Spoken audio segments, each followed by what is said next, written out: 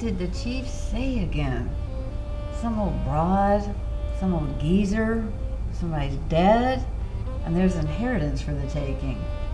I should be out catching the real criminals. No, Margaret. Just focus on the task at hand.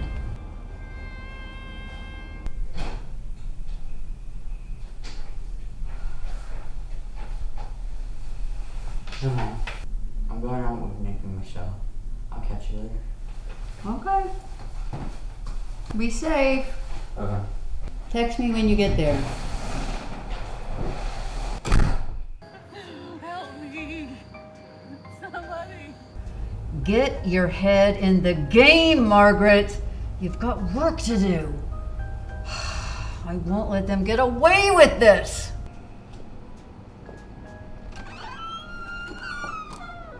Another one. Let me guess, you're here to solve the murder too.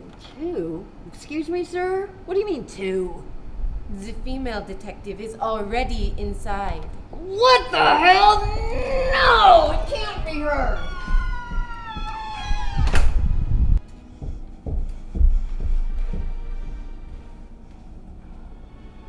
What on earth are you doing here, Detective Hunt? You know this is my case. Detective Espinosa, how have you been? How long it's been now? About 5 years? You know damn well it's been exactly 5 years, Detective. Got any lead on my son's murder yet? Come on, Margaret. Of course not. You know that the case was closed as a suicide, right? The only fingerprints were found were on dress. And he was holding the gun in his hand. The gun could have been planted on him. We see that all the time. You know this. You never even investigated Nick, and he had blood all over his shoes. Nick was your son's best. Suicide? Oh, no, honey. My Ernest, he was perfectly happy. He would never ever take his own life. And besides, the only Nick he knew was that nice busboy down at the country club, and he didn't even know where we lived. Grandma, they're not talking about Nick at the country club or about Grandpa's death. I'm sure the two of you love to get reacquainted, but the last time I checked, you were brought here to figure out who poisoned my grandfather. Poisoned!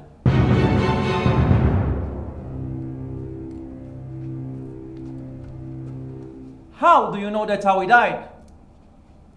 Well, there's no bullet holes or blood. Plus, his glass smells strange, weird, like medicine. Now that you mention it, I remember I saw you put something into his drink after Mr. Weiss brought it to him. Nonsense. Now, my Charlie would never, ever do anything vile to hurt her grandfather. She loved him more than she loved her own father. It's okay, Grandma. I know why he's doing this. Mr. Pinkley knows that if I'm suspected of Grandpa's demise, my share of the business defaults to him. I don't need to go to that extent to prove that you are unworthy, hell. Do I need to remind you that me run the business? We both know my son didn't kill himself. Margaret, Yeah. you know, I would rather put a murderer in prison than to say that your son committed a suicide. But we both know that only evidence points to the letter. I know my son had a happy life.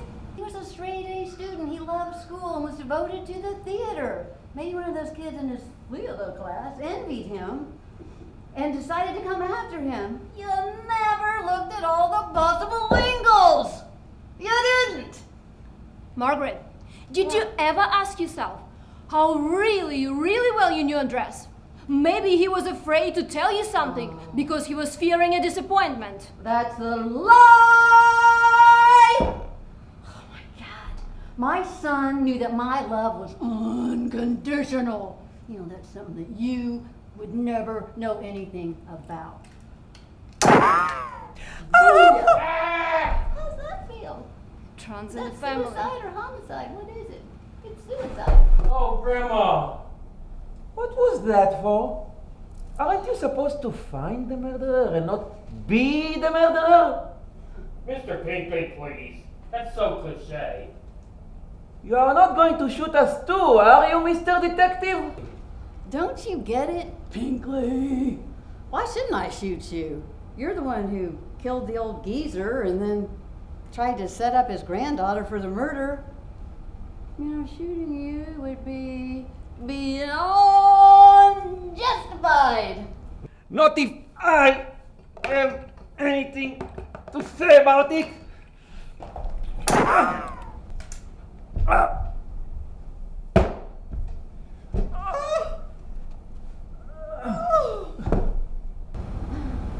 Nice try, though. As for Miss Nussbaum, I've been doing the old bag a favor by letting her be with her hubby-wubby. Well, I'm not ready to see him just yet. Shut up, old hag! And finally, Charlie, you have to learn that life is short now, isn't it? And that all good things must come to an end. Oh, yeah? Charlie!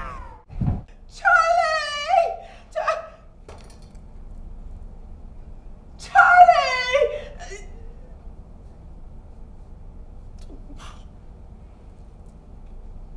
You'll never get away with this. Oh, silly girl, I already have. You know, and since my son is never going to see the light of day, neither are you! You must have been a terrible mother. No, Charlie, actually, I was a wonderful mother! I got the gloves you asked for. I wore them as I shot the gun in the back to plant the evidence. Wonderful. Plan went perfectly. Perfectly. Abigail is supposed to be alive. That's a minor hiccup. Just help me put these gloves on, Charlie.